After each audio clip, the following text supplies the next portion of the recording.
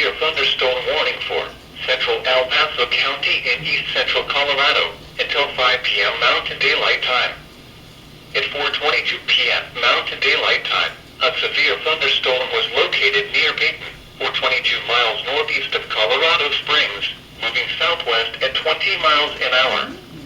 Hazard, 60 miles an hour wind gusts and quarter-size hail. Source, radar indicated. Impact, hail damage to vehicles is expected. Expect wind damage to roofs, siding, and trees. Locations impacted include northeastern Colorado Springs, Cimarron Hills, Peyton, Schriever Air Force Base, and Falcon. For your protection, move to an interior room on the lowest floor of a building. Torrential rainfall is occurring with this storm and may lead to flash flooding. Do not drive your vehicle through flooded roadways.